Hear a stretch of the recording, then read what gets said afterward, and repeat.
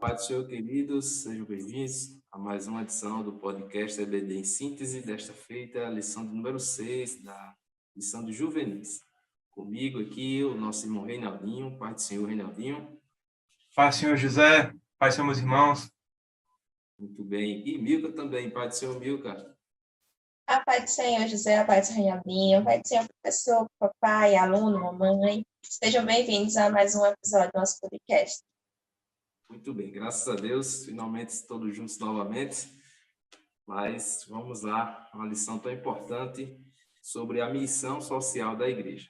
Você sabe que nós estamos estudando sobre a igreja e esta é uma lição bastante peculiar, importante, principalmente nesses dias que estamos vivendo, onde tantas ideologias estão invadindo as nossas igrejas nessa área social, e nós precisamos trazer para os nossos alunos a visão bíblica, ortodoxa, correta, para que eles possam aprender sobre esse importante assunto. Milka, introduzindo essa lição sobre a missão social da igreja, o comentário da lição ele traz que hoje, na sociedade, existem muitas pessoas que são carentes, necessitadas de muitas coisas. E aí, como é que a igreja ela pode ajudar, auxiliar nessa questão? Muito interessante, né? Eu estava lendo a lição e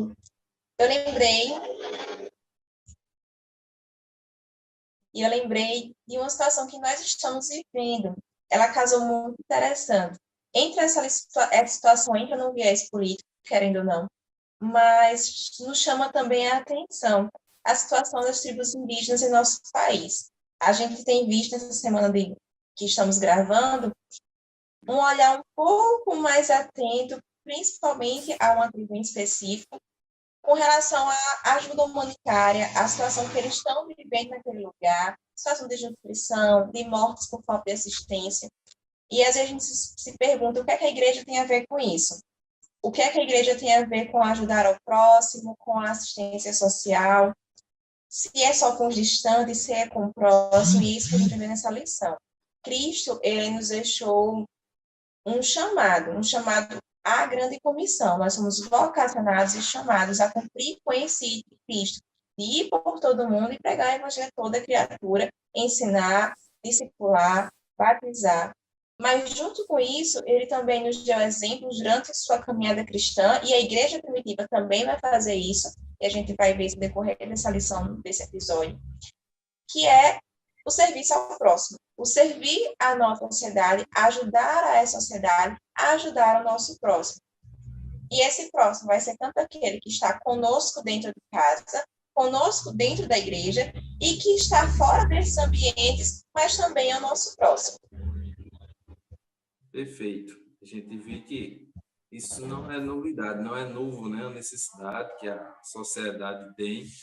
Isso, em boa parte, ou quase tudo aí, em decorrência tudo do pecado, né? A partir da entrada do pecado no mundo aí, a gente entra tantas misérias e necessidades. E aí, Reinaldinho, nós vemos que essa sociedade, ela carece de muitas coisas.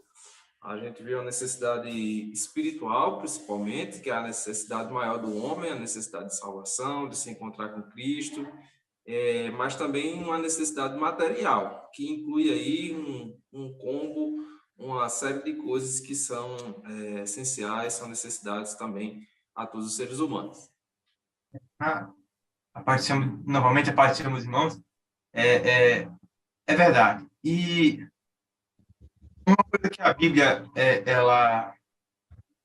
a Bíblia sempre fala, né? Você vai ter isso em Deuteronômio, Mateus vai escrever isso, Marcos vai também escrever a ordem de Jesus, e Jesus, quando vai dizer também, ele vai de alguma forma fazer referência ao que está escrito lá em Deuteronômio 15, que quanto aos pobres, sempre vai haver pobres.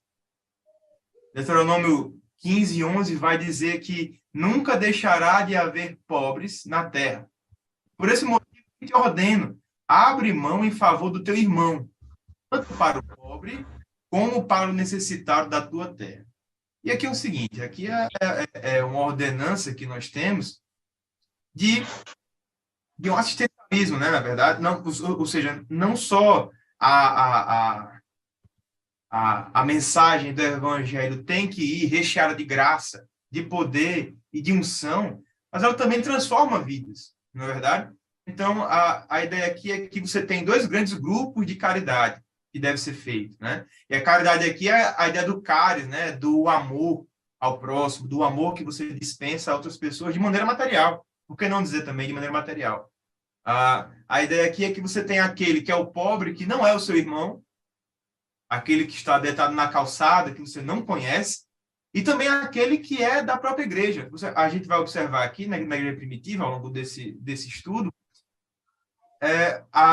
os irmãos tinham tudo em comum e repartiam seus bens, né? Ou seja, há na igreja, mesmo que primitivamente, algum sistema de assistencialismo interno, né? Então, essa é uma coisa que a gente já tem que deixar bem claro. Para a igreja, é fundamental que haja uma caridade interna. E aí, a gente pode voltar para aquela lição do ministério, né? Ou seja, o que é ter ministério? Nós temos que ministrar, temos que servir também para aqueles que são de casa, aqueles que são da nossa congregação, da nossa igreja. Perfeitamente. E nós vemos isso iniciando aqui, o estudo sobre a igreja, na igreja primitiva, não é? E quando a gente fala sobre essa questão social, é algo que envolve muitas nuances, né? Principalmente com as questões políticas. Em nosso país, então, é algo que é muito falado, essa questão do assistencialismo, do cuidado com os pobres, e alguns até tentaram, vamos dizer assim, ter o monopólio dessa virtude, né? Só a gente cuida dos pobres.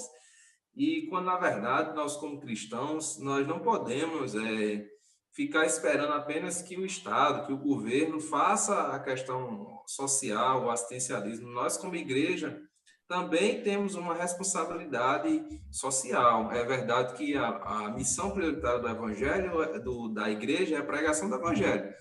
Porém, isso não vai excluir justamente a questão social, a ajuda àqueles que são necessitados. E nós vemos isso, Milka, já na igreja primitiva. Era uma igreja que pregava o evangelho, que tinha uma pregação forte, e ela tinha uma consistência doutrinária na doutrina dos apóstolos, mas também ela estava preocupada com a ajuda daqueles que eram necessitados. Exatamente. E os próprios apóstolos foram os responsáveis por ensinar isso à igreja. São eles que conviveram com Jesus, viram Jesus se preocupando em ensinar, em ministrar, em orientar o povo, em exortar o povo. Mas Jesus também era aquele que foi, levou ao deserto todos, pregou durante o dia inteiro, e depois chega para os discípulos. Dê a eles de comer, né? Quando os discípulos vieram dizer, Jesus despede-os, manda-os embora, para que comam pão, porque está tarde. Jesus não dê a eles de comer. E aí acontece a história que a gente conhece da multiplicação dos pães e dos peixes. Jesus, naquele momento, ele não estava preocupado apenas com o espiritual. Sim, ele estava, e foi a prioridade dele. Ele pregou o dia inteiro. Mas depois ele sabia que o povo estava com fome, estava cansado, e ele proveu esse sustento. Deus é o Deus que nos sustenta, que provê para nós, provê para os de fora. E aí, para entrar na nossa igreja primitiva, não é tão bom quando a gente está com necessidade e Deus usa um irmão para nos ajudar? Nós também devemos ser esse irmão que vai ajudar o outro irmão, que vai ajudar outra pessoa. E os apóstolos entenderam isso e passaram isso para os outros membros da igreja. A igreja primitiva ela vai surgir, ali a gente vai ver o seu relato no livro de Atos, depois que Jesus foi assunto aos céus, ficam reunidos, o Espírito Santo vem no dia de Pentecostes, eles são batizados, são revestidos, pregam o evangelho, milhares de pessoas se convertem. A gente tem cerca de 3 mil pessoas se convertendo. Diversas pessoas se convertendo ao evangelho, juntas, um número grande. Iria, sim, ter pessoas que teriam necessidades. E aí, essa igreja que estava se formando, tinha-se o amor muito avivado. A gente puxa um pouquinho da lição do mês passado, né, sobre o amor. O amor era latente em seus corações, o amor ao próximo, o amor a Deus. E eles estendem a mão para o seu próximo. Eles vão ter uma política de repartição dentro da igreja. Eles recebiam, eles trabalhavam. Não eram pessoas que simplesmente esperavam da igreja, que isso é algo diferente. Mas tinha aqueles que não podiam trabalhar, tinham os órfãos, tinham as viúvas, que não tinham condições de sustentar, muitas vezes porque não tinham mais um filho, já não tinham mais um marido porque eram viúvas, não tinham filho. E pela época elas estavam desamparadas. E aí a igreja chegava junto para ajudar. só para encerrar aqui minha fala nesse momento, vai ter uma das cartas que o apóstolo vai orientar, inclusive, olha, se essa viúva, ela tem alguém da família, um filho, que é responsável por ela para ajudá-la, para mantê-la, é ele quem tem que manter. Vejam que a ajuda social que era dada pela igreja e orientada pelos apóstolos era uma ajuda responsável, inclusive responsável com a integridade e com a moral da própria igreja. A igreja não era uma instituição para ficar mantendo as pessoas em si, mas para ajudar os necessitados, aqueles que podiam trabalhar, que procurassem um trabalho. Enquanto não achasse, a igreja estaria ajudando. Viúvas que não tinham condições de serem sustentadas, seriam sustentadas pela igreja. Viúvas ricas, elas podiam se manter, então elas tinham que se manter. Então, eles foram orientados quanto a isso também. Não era algo usado como manobra de massa, vamos dizer assim, que até um tempo atrás era uma expressão muito usada aqui no Brasil quando se falava de assistencialismo, independência política da igreja. A nossa ajuda, a nossa assistência era uma assistência de coração, vinda pelo amor e pelo temor ao Senhor e amor ao próximo. Ela não tem intuito de ludibriar ninguém, de enganar ninguém. E isso é interessante falar para o aluno, porque eles vivem nesse contexto em que o assistencialismo ele é colocado de uma forma ruim, como uma forma de manobra, e veem isso muitas vezes nas suas escolas. Muitas vezes é ensinado como dessa forma. E eles têm que entender que na igreja é diferente. Mesmo que alguém se aproveite, ainda assim, esse não é o papel da igreja. A igreja ela vem como ajuda com outro propósito, com outra finalidade. É verdade. Quando Mica lembrou aí o texto de Paulo, a Timóteo, né? E ele diz até, olha, só inclua na lista das viúvas aquelas que tiverem mais de 60 anos, né? Porque às vezes as mais novas vão em casa de novo. Então a igreja deveria ter uma responsabilidade com essas pessoas, né? E é por isso que ele diz, né, que aquele que não cuida dos seus é pior do que o infiel e já negou a fé, né? A responsabilidade primeiramente da família, e a igreja vai ser ciente e vai também chegar junto ali nas suas necessidades. E nós vemos que esse crescimento exponencial da igreja, na igreja primitiva, com a pregação de Pedro, uma grande conversão de pessoas, depois aquela cura do coxo, mais pessoas se convertem. Essas pessoas vão se aglomerando e participando na comunidade eclesiástica, né? A igreja vai se formando com o ensino doutrinário, com a comunhão, as orações, e isso evidencia, né, uma necessidade que o crente tem, Reinaldinho, de estar em comunidade, de estar junto, de estar congregando, de estar perto, porque só assim é que nós vamos saber qual a necessidade do nosso irmão. Não dá para ser igreja sozinho, né? Os chamados desigrejados, né? A verdade é que a gente não... A igreja, né? Ela foi chamada para fazer um trabalho social privado. A igreja, eminentemente, ela parte do ponto de vista que a caridade nossa tem que ser privada, ela tem que ser do homem ao homem, não do Estado ao homem. A ideia de um Estado, chamado Estado Social, né? Foi um homem chamado Otto von Bismarck, né? Que ele criou essa ideia de um Estado que serve às pessoas, né? Até então, o Estado era visto como um regulador das liberdades humanas. Mas, a partir daquele momento, criam-se direitos positivos, né? São formalizados, né? Porque a Constituição do México ela já tinha mecanismos sociais, né?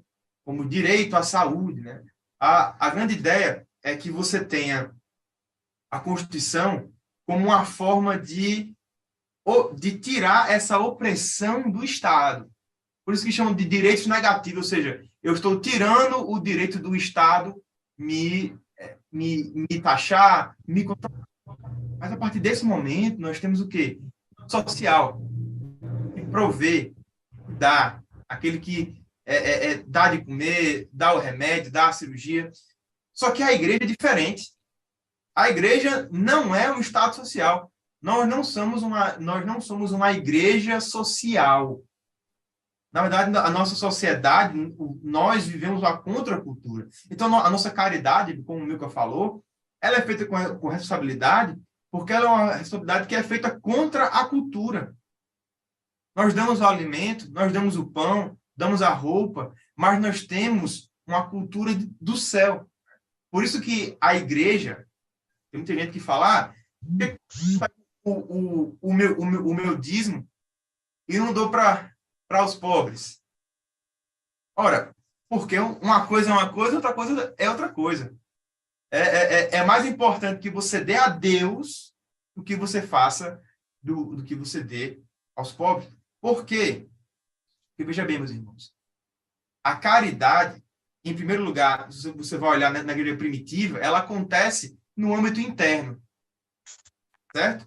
No âmbito interno. Então, quando eu pago o meu dízimo, quando eu dou as minhas ofertas, esse dinheiro é revertido em obra de caridade, no ministério da caridade da igreja, de servir aos irmãos de dentro. Quantas vezes, né, a gente não encontra aí igrejas que dão cesta básica, fazem trabalhos sociais. A nossa igreja, meus irmãos, a EADERN, aqui no estado do Rio Grande do Norte, a Assembleia de Deus do estado do Rio Grande do Norte, a gente foi condecorado, né, porque nós juntamos aí toneladas de alimento durante a pandemia.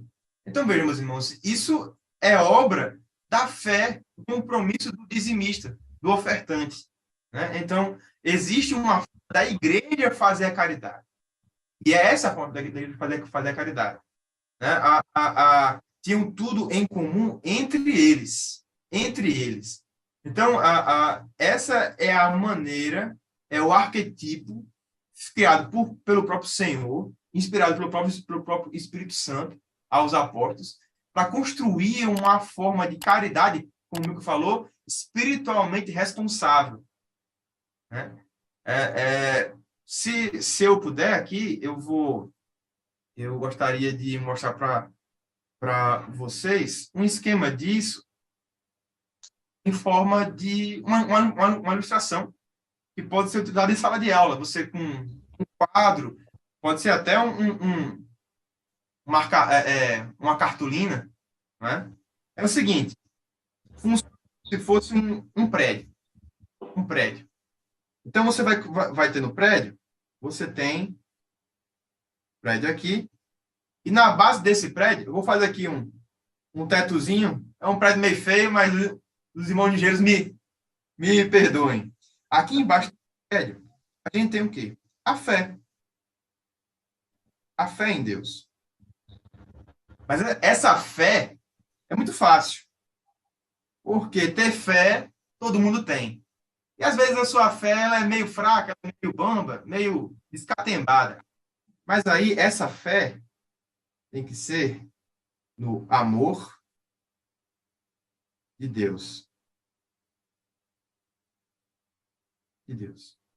Então, essa fé só vai ser frutífera com o amor de Deus. Uma fé sem amor de Deus, sem você ter certeza, convicção de que na cruz Jesus pensava em você, morreu por você, não só pela sua alma, ou pela alguma coisa etérea que você acha que você chame de alma, mas pela sua alma e pelo seu corpo, que foram comprados na cruz do Calvário.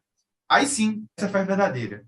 E aí, se você tem essa fé verdadeira, essa fé que está baseada no amor de Deus, o desejo que você tem é de gratidão.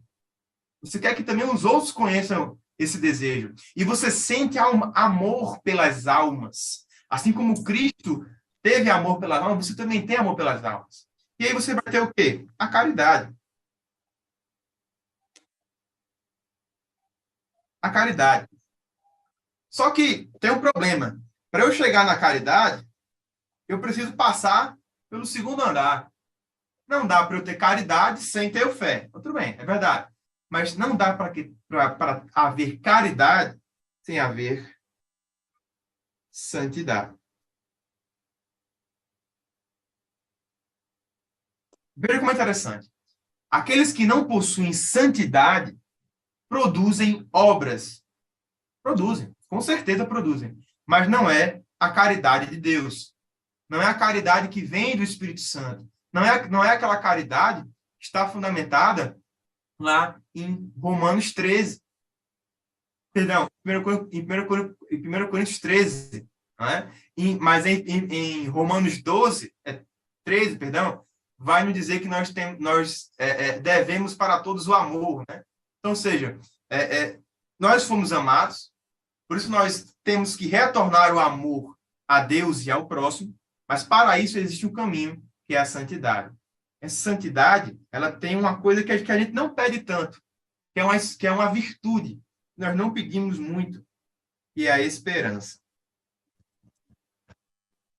Esperança. Ora, olha, uma característica de quem é santo só é santo, só busca a santidade quem tem esperança na vida eterna. Certo? Por quê, meus irmãos? Vou explicar. Ninguém é santo para viver aqui. Ninguém é santo para morar aqui. Isso é importante nós falamos aqui, porque a visão católica da caridade, ela exclui, ela apaga a santidade. Para você atingir a caridade, basta você ter fé no amor de Deus, crer no céu, ter esperança no céu, e pode fazer caridade. E pode permanecer do jeito que você está. Mas a caridade dos santos, ela vem acompanhada da santidade. Então, a fé tem que ser fundada no amor de Deus, temos que buscar a santidade. A santidade tem que ser com o objetivo de encontrar a Deus, e no meio desse caminho, nós alcançamos aqui a caridade dos santos, que é fazer a caridade com o entendimento de que aquele pão, que aquela sopa, que aquela roupa, ela vai servir não apenas para testemunhar da minha bondade, do meu amor, não. Mas eu amo essa pessoa e nesse vínculo caridoso, a glória de Deus é manifestada. De certa forma, então, de longe, quando você olha isso aqui, de longe, você só vai enxergar o amor de Deus, só vai enxergar a cruz de Cristo. Então, essa é a ideia, é uma dinâmica que você pode fazer, não é bem uma dinâmica, mas é um esboço que você pode fazer na sua aula para demonstrar aí o amor, a fé e a caridade em Deus. José, eu queria fazer um parêntese, posso? Pode. Isso que você falou, o aluno pode perguntar, mas onde é que tem isso na Bíblia? Alguns perguntam. Se eu não enxergo nada, vai ser na carta de Efésios. Uma fé sem obras, ela é uma fé morta. As obras... Tiago. Oi? Acho que é Tiago 2, agora eu vou procurar.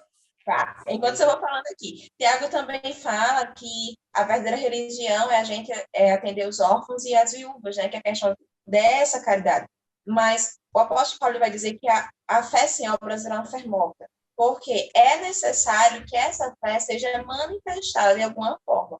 E ela é manifestada de uma forma material, de uma forma física, que são as boas obras. Mas as boas obras, conforme ele diz, ela só pode ser gerada a partir do Espírito Santo sendo frutificado em nós, que aí é a parte da santidade.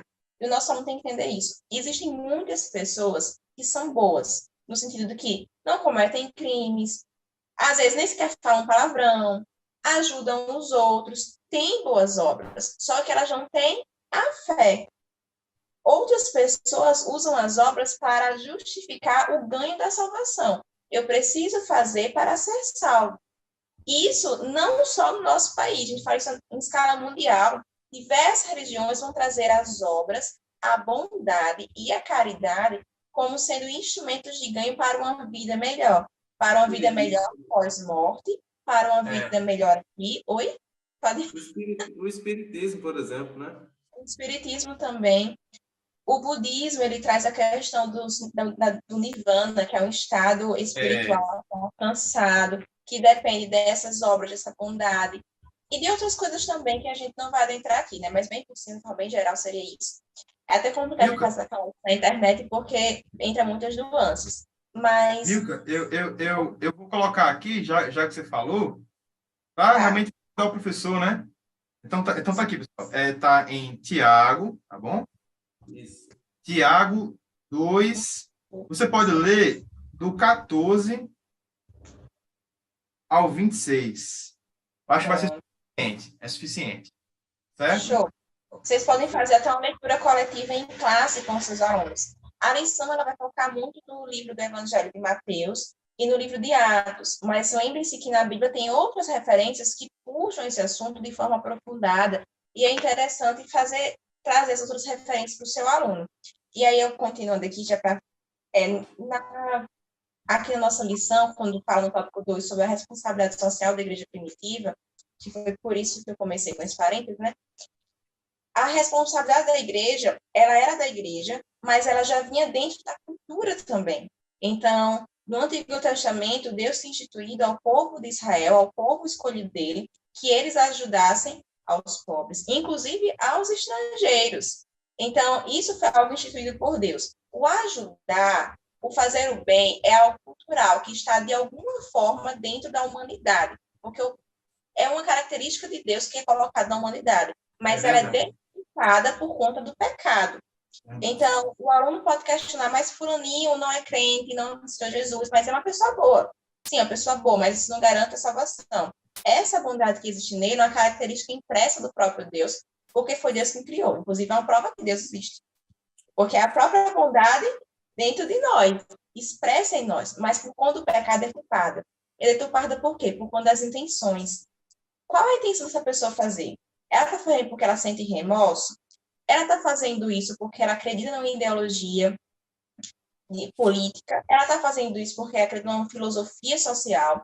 Ela está fazendo isso porque ela acredita que assim vai ganhar a salvação? Ela faz isso porque acredita em quê? Qual é a sua motivação? A motivação dessa obra, dessa caridade, dessa bondade, é que vai dizer o porquê e vai dizer se ela está conforme a palavra de Deus ou não.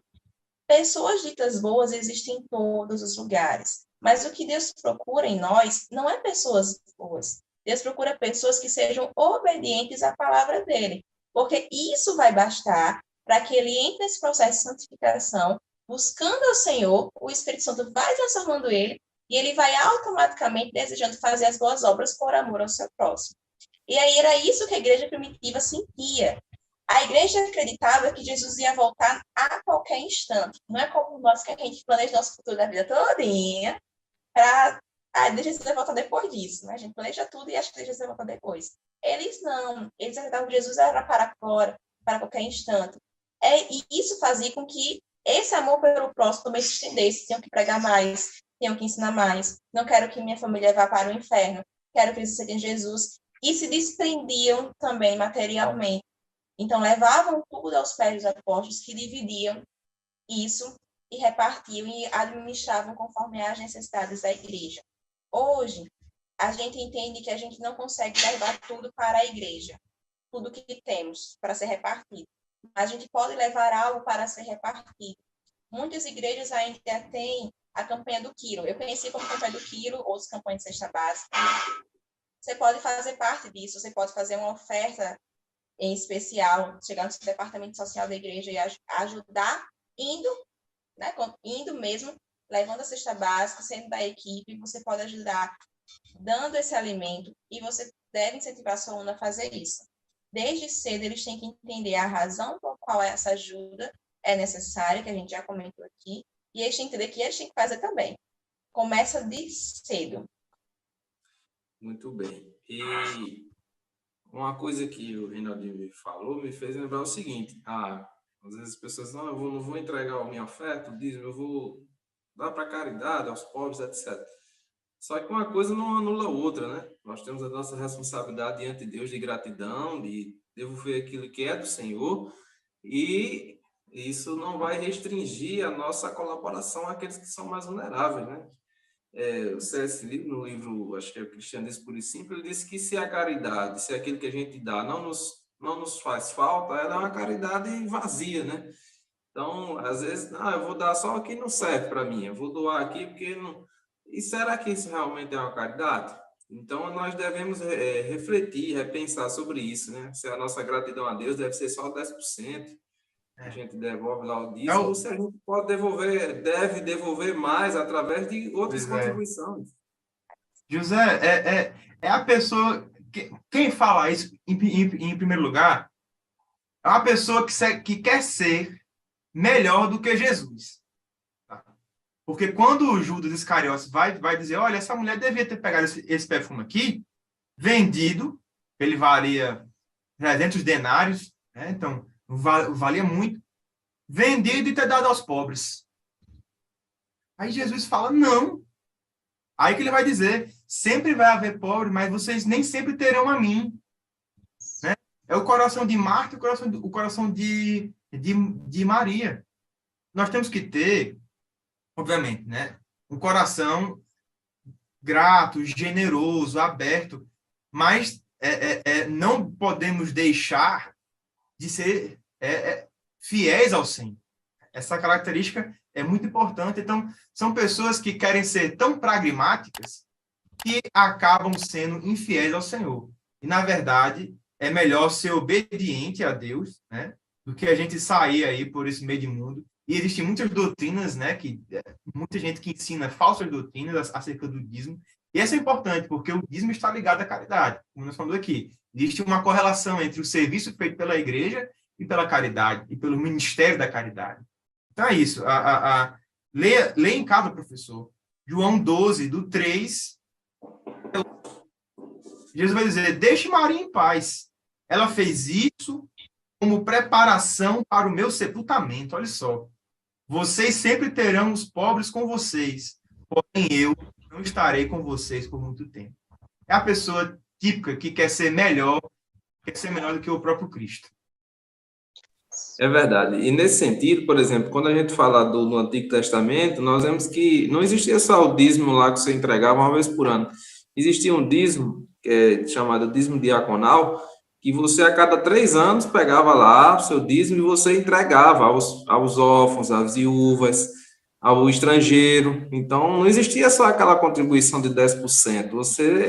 Outras contribuições também eram comuns desde o Antigo Testamento. E a igreja primitiva, também para quebrar algumas questões que são, às vezes, faladas na internet, às vezes nossos alunos ficam embaraçados com isso, porque tem gente que diz que a igreja primitiva era comunista, né? Que a igreja primitiva, porque partilhava isso aí, era comunista. Só que nós temos que separar uma coisa muito elementar. A contribuição da igreja primitiva era uma contribuição voluntária. Não existia a expropriação dos bens das pessoas pela administração do Estado ou de quem quer que seja e distribuir aos pobres. A contribuição ela era voluntária, as pessoas davam porque queriam. Tanto é que quando Ananias entrega, ele vai dizer lá a questão da sua propriedade, e ele mente, e Pedro diz, olha, se você vendesse, o dinheiro não era teu, por que tu mentisse? Ou seja, se você queria dar, você dava. Se você não quisesse dar, você não dava. Se você quisesse dar uma parte, você dava. Não precisava você mentir. Porque não era obrigado, era voluntário. Eu dava porque a igreja dava porque tinha a questão da iminente volta de Cristo, que eles acreditavam, que o coração deles era grato, era um coração feliz em ajudar o próximo, mas essa história de que eles eram comunistas porque eles tinham em comum, isso não é verdade. Era algo voluntário, era algo que partia do coração.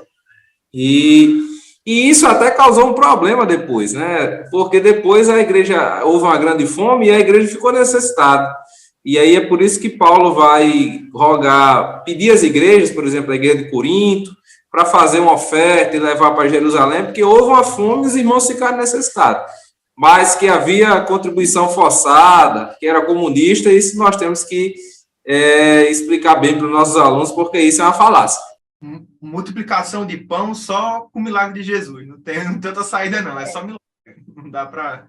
Não, eu só ia comentar na sua fala, José, que tem outro ponto, a própria ideologia, né? Que seria a motivação. A motivação da gente fazer isso é totalmente diferente da motivação de uma ideologia política. Então, é algo para se separar. São assuntos muito complexos e profundos, mas que os alunos já têm isso em mente, por conta que é conteúdo de escola, inclusive, né? Eles veem essa questão de geopolítica, então vão ver um pouquinho de ideologia de esquerda, ideologia de direita, enfim, outras ideologias também, e eles vão trazer isso para dentro da sala de aula, e é bom a gente sempre estar informado sobre essas coisas. E aí eu aproveito aqui, já que eu estou falando, para comentar. A nossa igreja, IADERN, ela tem instituição social, inclusive, né? Nós temos o CIAD, o Lado Bom Samaritano, e é uma instituição filantrópica. Aqui no nosso estado, a gente tem instituições filantrópicas e temos que atendem aos idosos e temos instituições que são privadas. Eu, particularmente, não conheço nenhuma que seja do próprio Estado, que seja pública. Eu conheço filantrópicas e conheço privadas. Até o tempo também que eu estudei sobre, só tem essa. Não sei se atualmente teve alguma outra estatutária. Por que eu estou dizendo isso? Porque quando a gente está ofertando, está dizimando, a gente fica, mas para onde vai? Não estou vendo a minha igreja em si. Mas às vezes está lá no CIAD. Está lá ajudando as idosas que estão lá. É uma instituição que ela é nossa, que é mantida por nós, e é que ela atende a esses idosas que estão desamparadas e que são assistidas pela igreja. E são assistidas com assistência em saúde, lá tem uma equipe de saúde, elas têm alimentação. Quem não conhece, recomendo, se você pode fazer uma visita lá, é bem interessante, eu já tive a oportunidade de conhecer. E isso faz parte da igreja, faz parte do nosso trabalho com a igreja. Alguns aparecem de forma mais estruturada, como a nossa, e outros vão aparecer de forma mais voluntária mesmo, não institucional, mas fazem, e isto é muito importante. Perfeito. E nós temos ainda nessa questão da social uma coisa que é muito importante, por isso que eu falei dessas questões que levantam, porque nós temos aí uma invasão até de vertentes teológicas, por exemplo, a teologia da libertação, né, que ficou bastante conhecida aí, e as pessoas acabam lendo o evangelho com a ótica marxista, né? Essa questão hermenêutica de interpretação, e depois veio até a missão integral, né, que também pegou alguns pontos aí e até subverteram a questão da missão primordial da igreja. A gente não pode cair nos extremos, né? Tanto no extremo de que a igreja não deve ajudar ninguém, que a igreja tem só que pregar o evangelho e a igreja não tem que se envolver com isso, e o outro extremo, que é de que a missão da igreja é fazer caridade somente, é o evangelho social, fazer justiça social, reparação histórica, etc. Nós não podemos cair nesses extremos, nós temos que ter equilíbrio, né? E sabemos que a missão primordial da igreja é a pregação do evangelho, o que não exclui, de maneira alguma, a questão social, né? Nós temos que fazer isso, até porque, nessa questão que nós estamos vendo, a igreja primitiva, ela se organizou, com o crescimento da igreja, foram surgindo necessidades.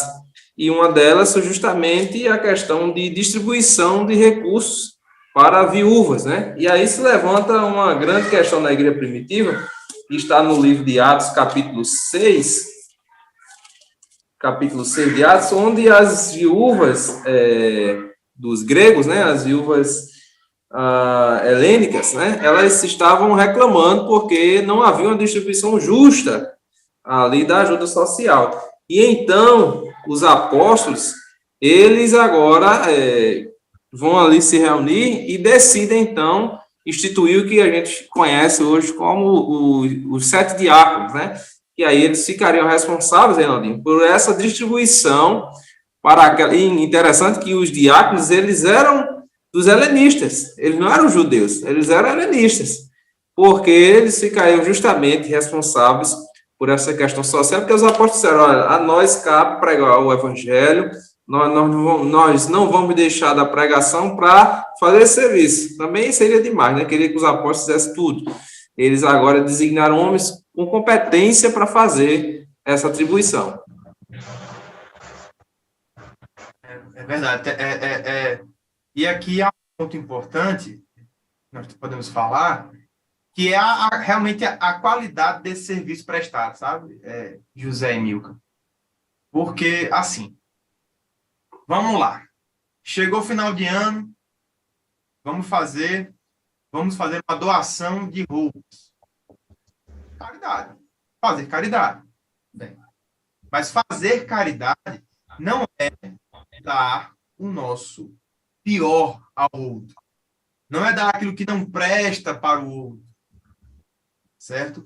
Nem tratar a pessoa de forma diferente. Você tem aquela família cristã que passa necessidade, né? Aquela família que já está há muito tempo na igreja, mas que passa necessidade e dá aquela cesta básica. Né? Mas aquele que é neófito, aquela família neófita na fé, que também é necessitada, é tratar diferente. Isso essa acepção de pessoas, o apóstolo Tiago já vai nos alertar acerca disso. Então, quando nós formos fazer caridade, temos que fazer o nosso melhor. E essa caridade, sempre que eu me referi à caridade, eu estou falando da caridade cristã, a caridade que vem do amor, caris. Então, quando você, aluno, professor, for fazer doações, dê o melhor. Não dê aquela roupa furada, aquele sapato com a sola falante, né? Que fica a sola falando assim, o sapato. Não dê. Busque sempre dar o melhor para aquela pessoa. Claro, uma coisa que você não esteja usando, por exemplo. Bem, mas que seja uma boa roupa, que seja um bom sapato, que seja uma boa coisa. Né? Não seja algo amassado, deteriorado, algo bem conservado. E veja só, então temos que ter cuidado com as medidas, né? Não podemos fazer mais caridade a um grupo e a outro não. Tem que ser sempre aquela mesma coisa. Se tem um atendimento na igreja, ele tem que ser feito de forma igualitária, sem acepção e sem desprezar ninguém. E também as nossas doações, as nossas contribuições materiais têm que ser feitas, têm que ser realizadas da melhor forma possível. Eu lembro que minha mãe, por exemplo, quando eu era mais novo, a gente ia dar oferta, a gente pegava o quê? A melhor notinha, a moedinha mais limpinha, a mais novinha, a mais brilhante, porque é para Deus. Então, quando nós fazemos isso para os outros, fazemos para Deus. Olha que felicidade, não é uma mãe que recebe uma doação para o filho de roupas boas.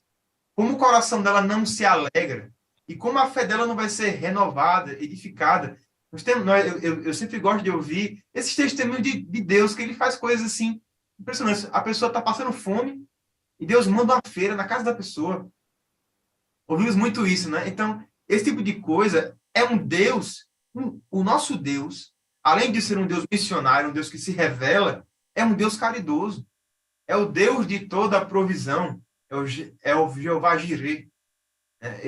O Deus que prove, o Deus que dá o mantimento. Então, voltando àquela lição do ministério, nós também, o ministério da caridade, do amor. Então, temos que ser usados por Deus até nesse sentido. Se Deus tocar o seu coração hoje, de entregar uma oferta a um irmão, entregar uma contribuição para a igreja, para alguma função social, faça. Agora faça com liberalidade. Aquele que... isso é a orientação bíblica dos apóstolos. Aquele que doa, aquele que exerce o dom da caridade, o fruto da caridade, faça com liberdade. Há um exemplo muito, eu vou ser breve, meio que passo para você. Há um exemplo muito interessante disso, que é quando o apóstolo São Paulo, ele escreve à igreja aos Coríntios, que ele já havia falado sobre a necessidade de ajudar a igreja de Jerusalém, e parece que os coríntios até disseram que ia ajudar, mas o negócio não saiu da vontade, né? E aí Paulo escreve na segunda epístola, no capítulo 8, e ele vai dar um exemplo justamente disso. Ele para incentivar os coríntios, ele disse que as igrejas da Macedônia, que era Filipos e Tessalônica, que eram igrejas pobres, ele diz assim, que na sua profunda pobreza, superabundou em riquezas da sua generosidade, porque segundo o seu poder, e ainda acima do seu poder, deram voluntariamente. Então, ele mostra aqui que, apesar daquelas igrejas serem pobres, serem de um baixo poder aquisitivo, eles não se limitaram a isso, eles fizeram até mais do que podiam, né? Então, há uma necessidade nossa de fazermos isso, né? E ele estimula os coríntios, que eram a igreja mais rica, a ver o exemplo daquelas igrejas que eram pobres, e também ajudarem a contribuírem com aqueles irmãos que estavam necessitados. Isso mesmo. E o que eu ia comentar é que hoje a gente tem uma disponibilidade para ajudar o nosso próximo muito maior do que o tempo da igreja primitiva. Antes, essa ajuda era uma ajuda realmente que baseava em alimentos e roupas, era a necessidade da época. Hoje a gente pode ajudar com a nossa profissão, por exemplo. Eu sei que quando a gente está no mercado de trabalho, é muito está sendo muito dissimulado, estimulado, que a gente cobre, às vezes eu sou da área de saúde, então, se alguém me pedir uma orientação a você, você cobre, porque seu trabalho te deu para isso. Realmente, profissionalmente falando, é algo que é necessário.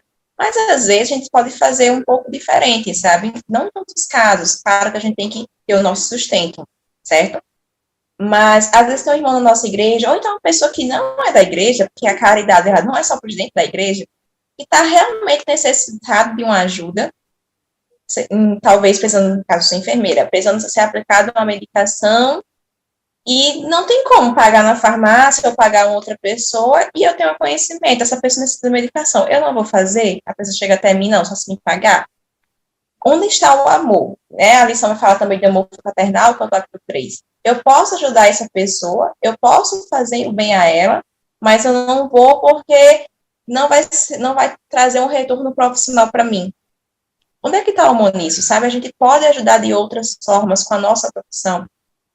Existem casos e casos, então, até para ajudar, isso eu escutei, na verdade, minha família escutou, a gente estava escutando a Rádio Nordeste há muitos anos atrás, essa mensagem, até do saudoso pastor Humberto Leite, e ele disse, olha, até para ajudar é necessário ter sabedoria. Isso marcou aqui em casa. Pai não sempre cita, mãe, a gente sempre lembra, porque até para a gente ajudar, realmente é sabedoria, a gente tem que saber quando a ajuda é necessária, quando aquela pessoa não está querendo também tirar proveito, porque às vezes tem gente que vem e quer tirar proveito.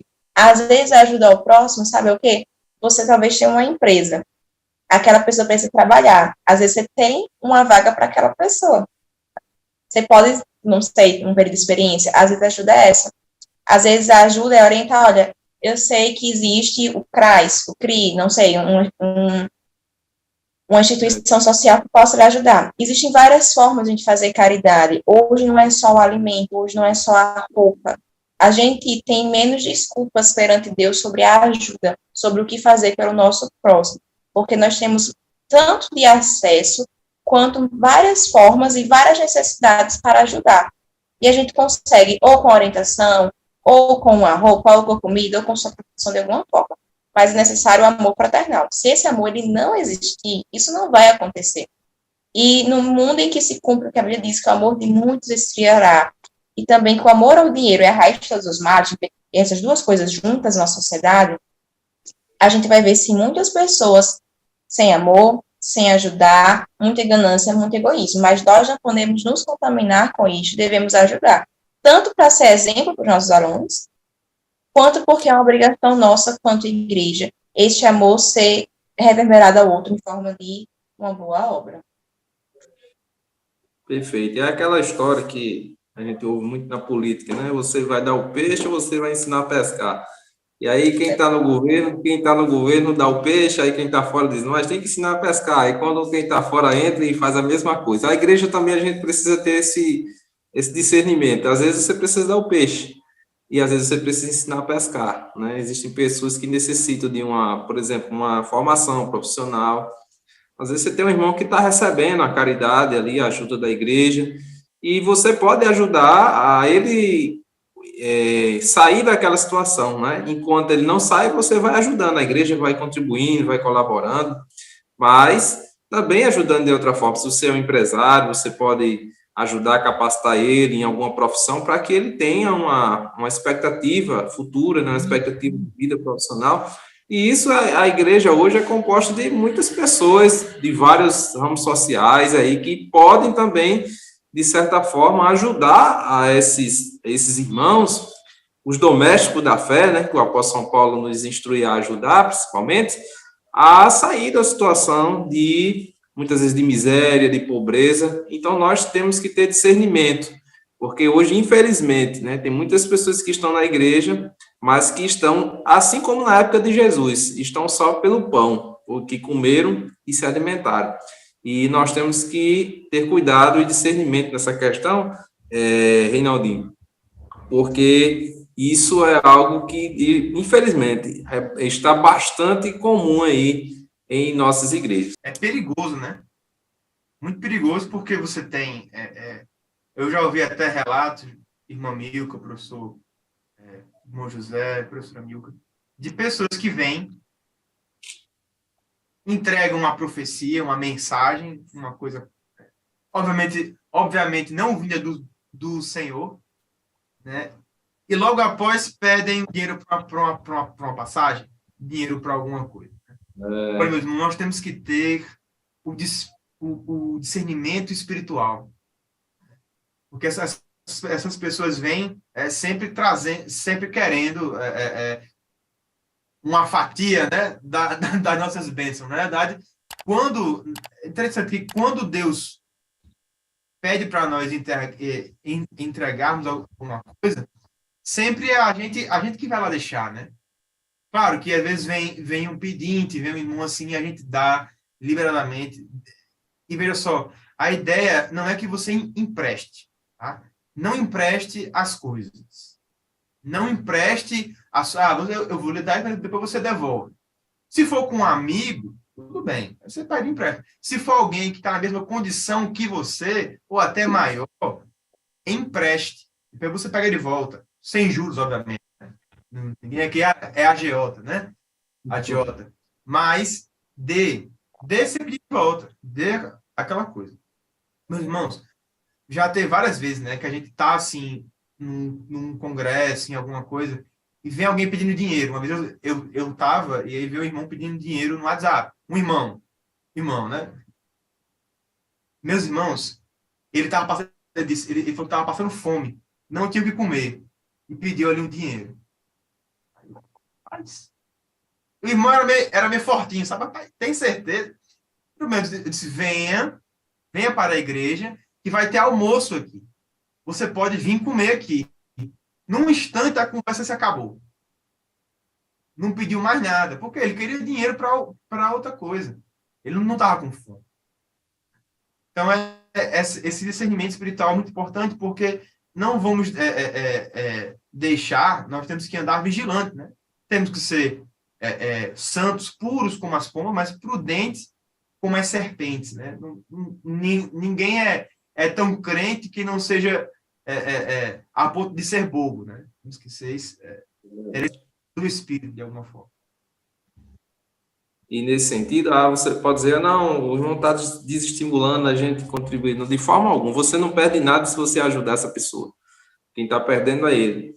O que nós temos que ter cuidado é com os aproveitadores, né, que entram na igreja e querem ser sustentados, querem sugar a igreja, querem se aproveitar de alguma forma. Isso é perigoso, nós temos que ter discernimento. E caminhando para o final, nós temos aí justamente a prática das boas obras como um testemunho da nossa fé, que foi aquele versículo que a irmã Milka citou, né, que é Tiago 2:17, né, que é aquela questão de obras e fé. Houve até uma discussão, uma questão que ficou na igreja, né, porque Lutero, ele meio que ficou assim com a questão de obras e fé, com o que Paulo disse, né, porém, nós sabemos que isso não se contrapõe, né, fé e obras. Nós não fazemos obras para sermos salvos. Nós não temos essa mentalidade e isso não é bíblico. Mas nós fazemos as obras porque somos salvos, né? Para mostrar, para evidenciar a fé que nós temos, é que nós fazemos as nossas obras. E isso é um dever, e eu acho até que foi Milka mesmo que citou, a questão da verdadeira religião para com Deus. Quando nós olhamos Tiago, que é a referência, Tiago, se eu não me engano, 1:26, deixa eu ver se eu estou certo, 1:27, Tiago diz que a religião pura e imaculada para com Deus, o Pai, é esta: visitar os órfãos e as viúvas nas suas tribulações. Essa é a parte social da religião, da verdadeira religião. Mas tem a parte moral também, que é guardar-se das corrupções do mundo. O evangelho não é só a gente ajudar os pobres. O evangelho também tem uma questão moral, a questão de responsabilidade para com Deus, e nós precisamos estar atentos a isso, Rinaldo. Amém. Glória a Deus. Eu gosto desses temas. Eu confesso que esse tema da igreja relevante é bom, porque ele é um tema de teologia prática, né?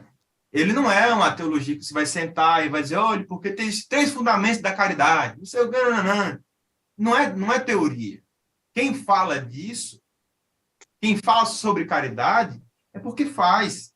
É porque sente.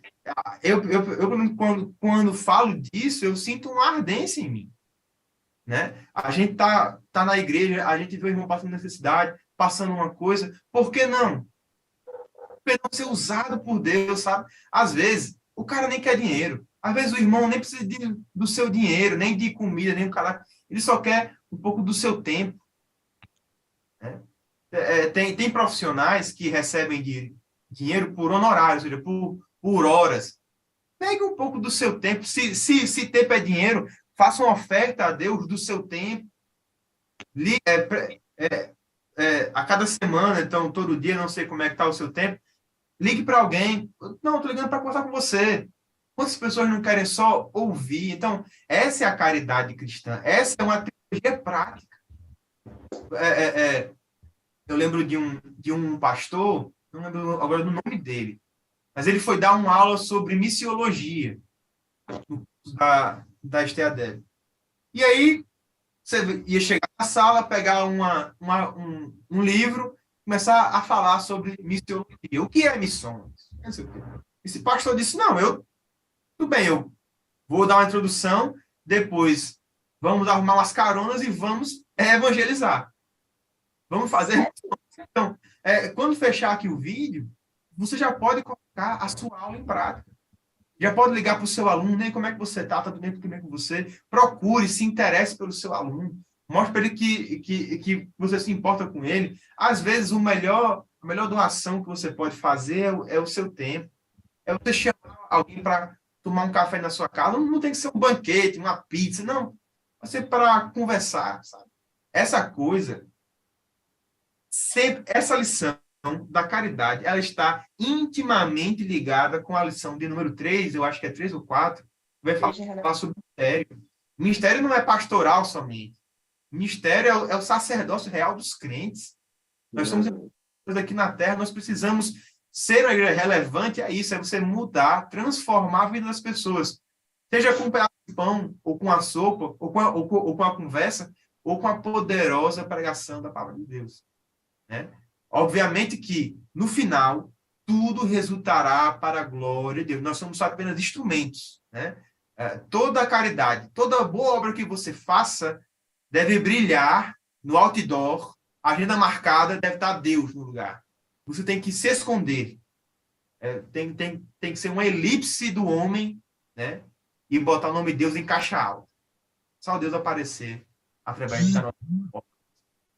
Milka, dentro dessa questão, você até citou também, como a nossa profissão pode contribuir para isso, né? O nosso aluno, que está na faixa etária, às vezes, de escolher qual a profissão que ele vai seguir, né?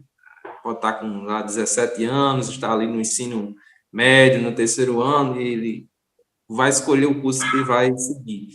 E aí, você pode servir a Deus de diversas maneiras. Eu estava na central, numa reunião do DENEC, e aí eu achei muito interessante, porque o nosso DENEC, que é o departamento de ensino aqui da nossa igreja, desenvolveu o diário digital.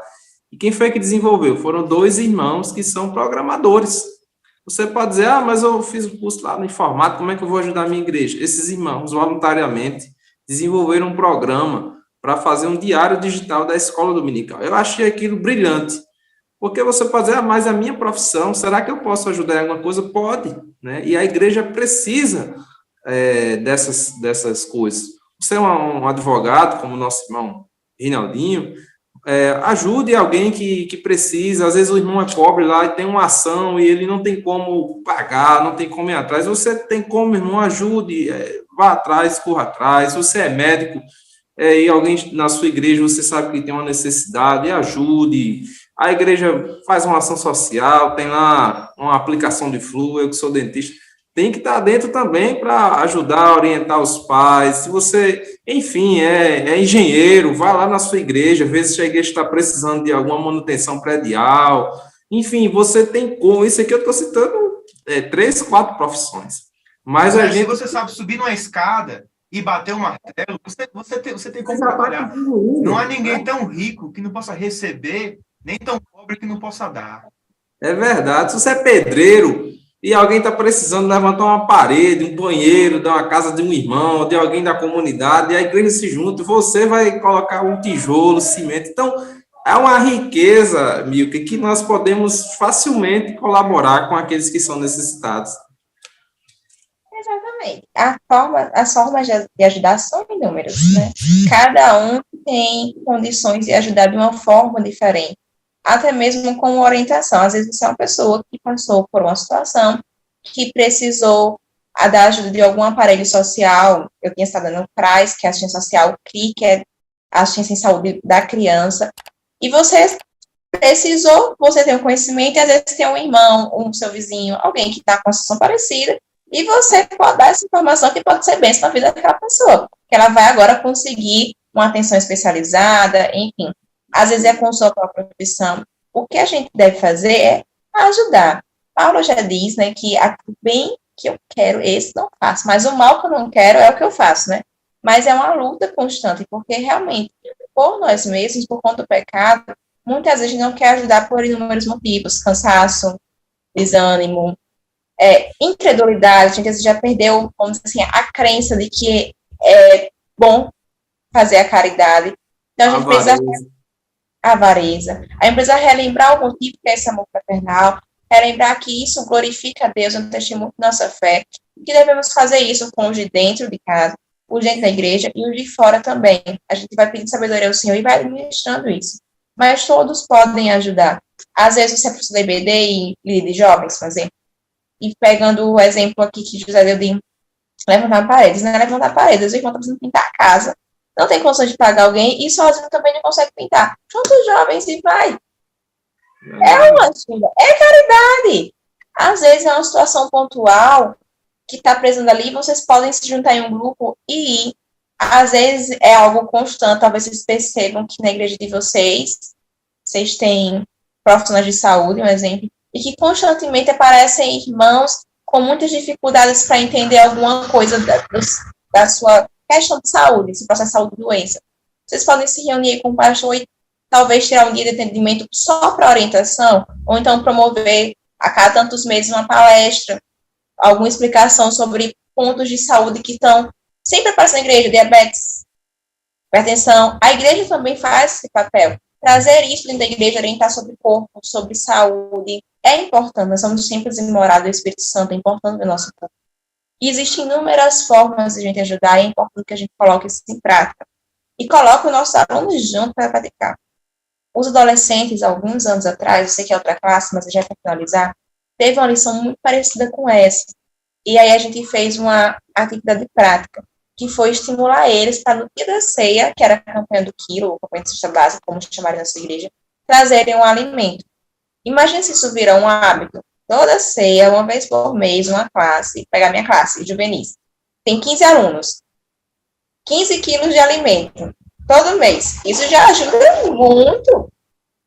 Então, imagine a gente poder fazer isso na classe. Se não for os 15, mais 14, 13, 10, junta, leva para casa do irmão para ajudar. Às vezes tem um irmão que está doente, uma irmã que está doente, não pode ter da casa. Chega lá, lava a louça.